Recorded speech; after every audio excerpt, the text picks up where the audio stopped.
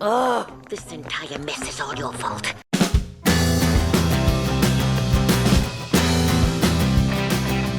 Hello everybody, welcome back to my channel. Welcome to my channel if this is your first time. So I'm going to do a tag video that's a little bit different. I'm also going to change the rules. I'm going to completely destroy the whole point of the thing.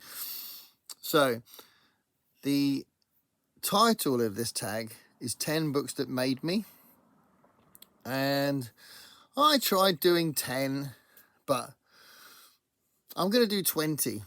So I'm calling it 10 Books That Made Me so that it's in the conversation.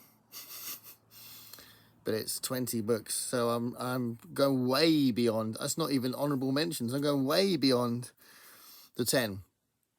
And I think it's a really interesting tag. I think Pat tagged me. I think Pat from Book Time with Pat, Book Chat with Pat. I think Pat tagged me. But I think it's a really good tag anyway. I saw Olly do it. And I saw a few others, I think. But anyway, I thought it'd be a nice one to do. But I couldn't keep it at 10. So I'm going to use this space here to show the books, because some of these books I haven't got anymore because they're books that made me. So they're books from my past. And I would love to know if these books had an impact on you as well.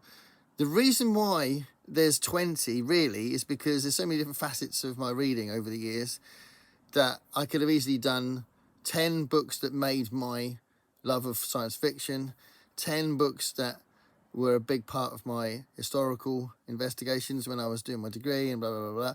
10 books that helped my philosophical angle in life, 10 books that weren't science fiction but were important pieces of fiction, 10 formative works that were just random books. You know what I mean? I could, So I just found 10 impossible. So let's get going.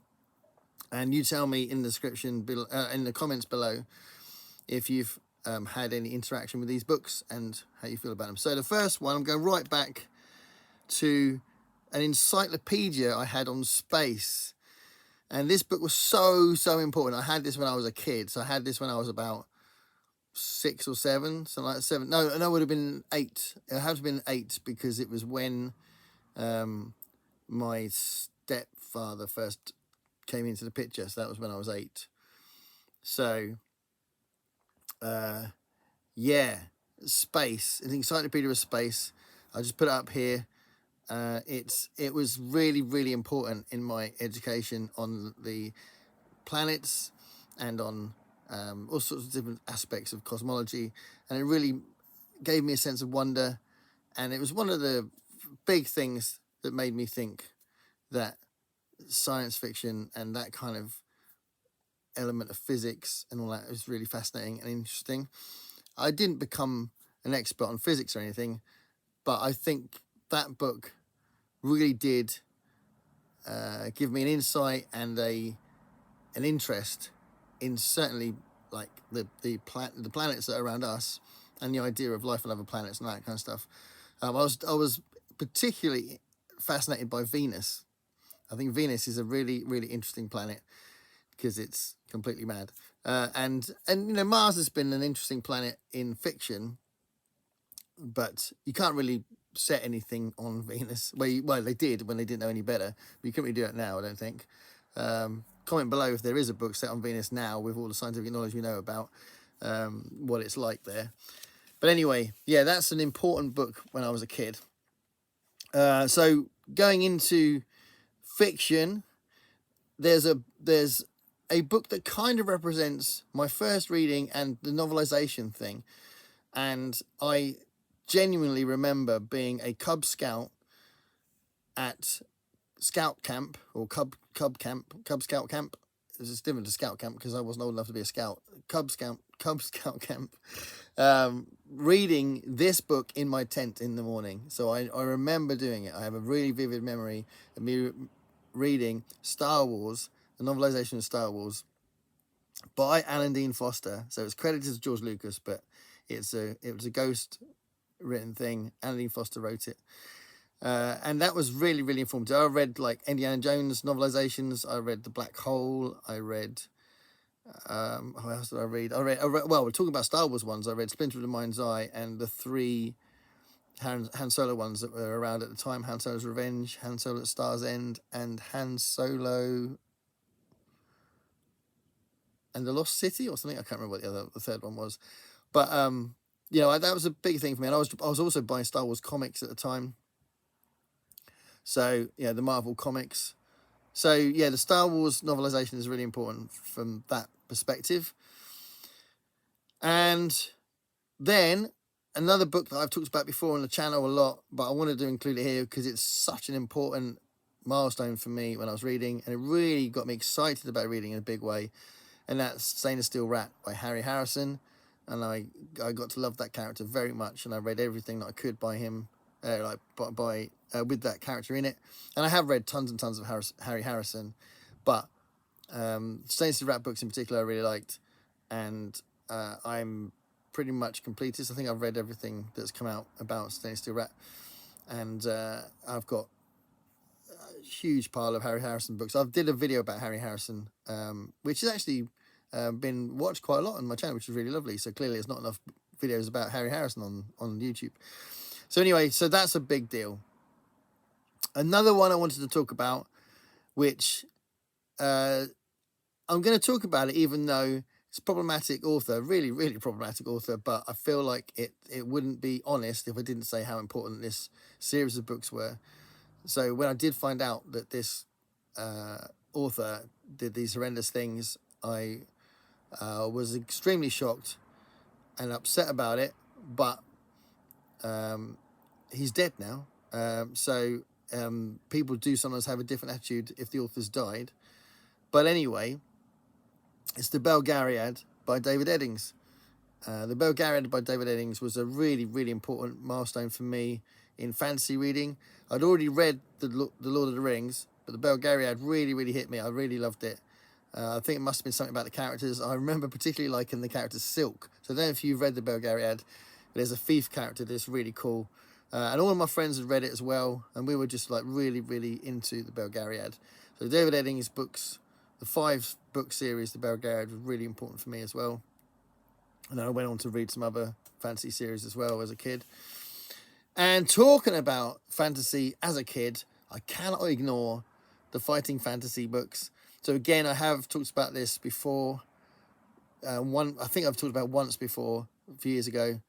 But the fighting fantasy books were so, so important. Ian Livingstone, Steve Jackson, they created this fantastic series over here. I don't know if it travelled over to America. I think they had similar things, to Choose Your Own Adventure books. So it is like, if you want to go into this room, turn to 62, you go to 62, and it says, there's a chest in the middle of the room. Do you want to open it? If you do, go to 157, and you go to 157, and it says, it's gas, you're dead.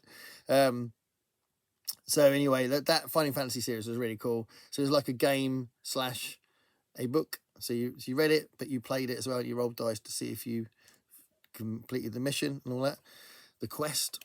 So that was a really big thing. And then 2 really important books at school that made a huge impact on me, and I think kick-started the more serious end of my reading.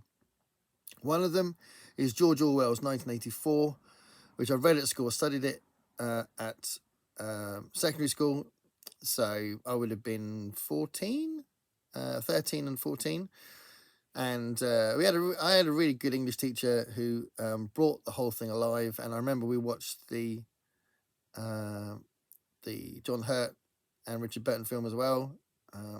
So yeah, fantastic stuff. 1984 is such an important book. I've read it 4 times, I think now. I read it again last year as part of a group read, and I think it's such an important book. So 1984 was a really big deal for me. And in the same class, we read To Kill a Mockingbird by Harper Lee, and that's another book that I hold very dear. That was an important part of my development as a reader.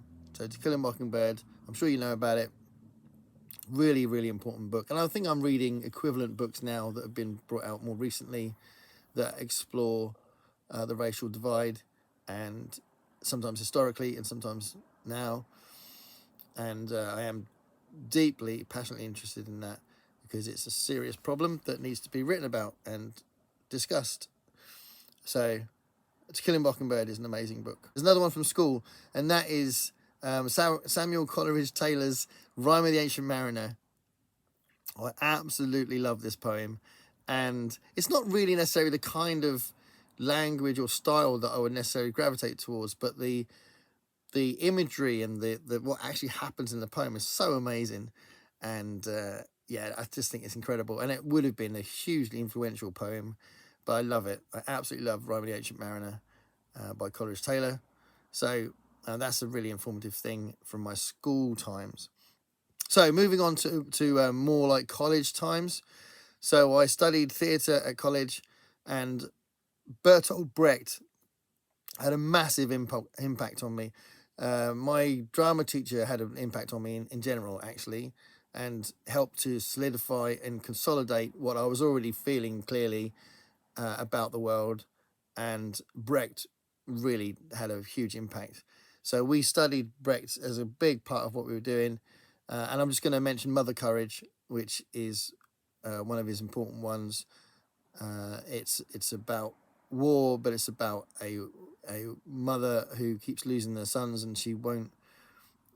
She kind of stays on this path all the time, regardless of what's happening around her. It's really thought provoking and fantastic, and typical of what he wrote. And The Good Person Szechuan is a really important book as well, which I saw live at the National Theatre with Fiona Shaw playing The Good Person Szechuan when she was really young. So this would have been like 1990, I think. And obviously recently she was in Andor, she was brilliant in that. So that was really nice seeing her again. But I saw it at the National Theatre in London as a student, so that was really good. And I took part in a performance of The Measures Taken, which is a really stripped back Brechtian performance, which is really blatantly sending out those political messages. So yeah, Brecht was a really important influence on me, and an important author, playwright, poet. Okay, so the next book is really it's another school related one, as in when I was that age. I was about 14, 15, and it's my first part of my cartoonist collection. The first time I got really passionate and like a real love of cartoonist stuff. And it was my first book in that collection, first book by Gay and Wilson, Nothing Sacred. And I'll never forget, I was like looking at my mate's copy, my best mate, and he said, "Well, do you want that?" I was like, yeah. And he said, "I don't really want it." And I had it. And I've since bought a better copy of it because it was a bit knackered. And I've collected this stuff ever since, and a ton of other people. But he is in my top 3 all-time cartoonists. And if you do want to see what my top 10 are, then I did a video about my top 10 cartoonists about 4 years ago. So yeah, he's the next one. Again, similar kind of time, but quite formative as well. It made me reevaluate how I felt about graphic novels and all that kind of stuff. And that's Alan Moore's V for Vendetta. Phenomenal piece of work. If you're going to read anything like that, that's the one to read. V for Vendetta, I think it's my favourite thing he's ever written, and it's also still something I love like decades later. So that was a really important book as well. I read it in I had it in the initial comic run first. I collected those first and then bought the graphic novel after that. So there we go. Again, similar kind of time, really important, and very important on my consolidation of how I felt about the human condition and the way humans act, and what the way our brains work and the way society works. And that is Rousseau's The Social Contract. For me, this is the most important philosophical piece of writing I had read at the time, and certainly it had a huge impact on me. I don't think I have. I nearly put, I could have put some Karl Marx stuff into this video, but I didn't, because I chose Rousseau's Social Contract. For me, it was a more impactful thing, even though I have been hugely influenced by people who were influenced by Marx. But yeah, for me, Rousseau, Social Contract, incredible and very important. Okay, so the first horror book I ever read, and I borrowed it off my sister and started off my Stephen King thing, Night Shift. Again, I was quite young, so I would have been. This is going back a bit now because this is maybe slightly out of order for a bit, ish. But Night Shift, his fantastic short story collection, still really dear to me because of its impact on me and the fact that it kickstarted my interest in Stephen King. But you know, if you're only going to read one story from that book, Quitters Inc. is in that book, which is just unbelievable. Easily one of my favourite short stories. Okay, so then I ought to mention The Hitchhiker's Guide as well. So Douglas Adams' Hitchhiker's Guide, hugely important and probably quite an important element to influence what I write as well. I don't think I write exactly the same style, but I definitely, when I'm writing comedy stuff, it definitely has an influence, definitely. But I absolutely love the first 4 books in particular. The 5th book, I think, is actually surprisingly morose, but yeah, I love the first 4 books. But Hitchhiker's Guide to the Galaxy, absolutely amazing and really important. Okay, so another thing that was when I was quite relatively young, that again kick-started a really important author for me, and I recently named him my comfort read as well, but he's someone that I've collected since I was a teenager, and that's Robert Sheckley, and the book is Mind Swap. I've read Mind Swap so many times, and every time it always makes me laugh, always makes me smile, always surprises me for some reason, even though no one's coming next. And I just love Mind Swap. I think it's really funny. I love it. So that's really important as well.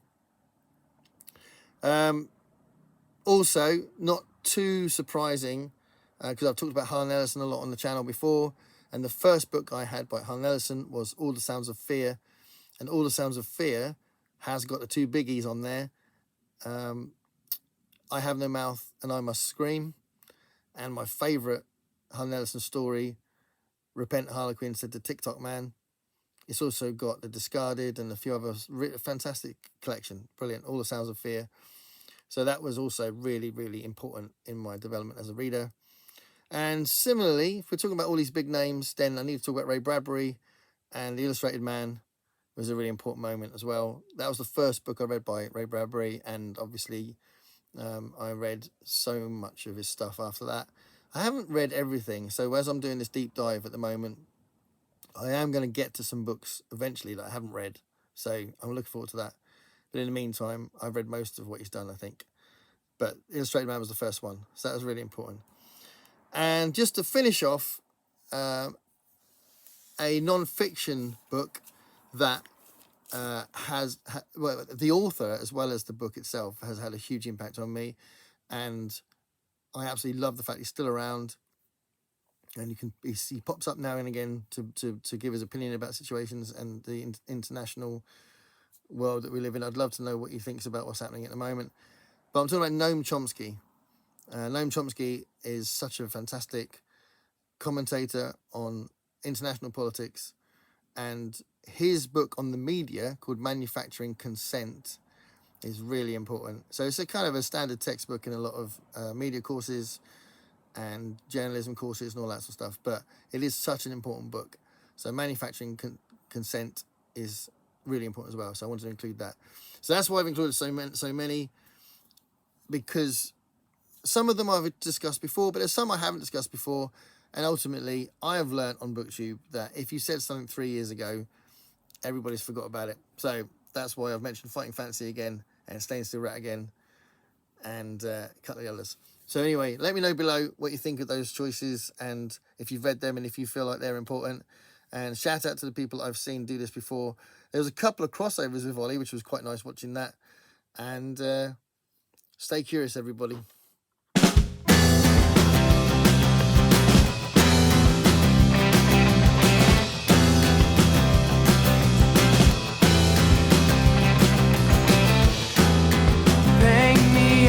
picture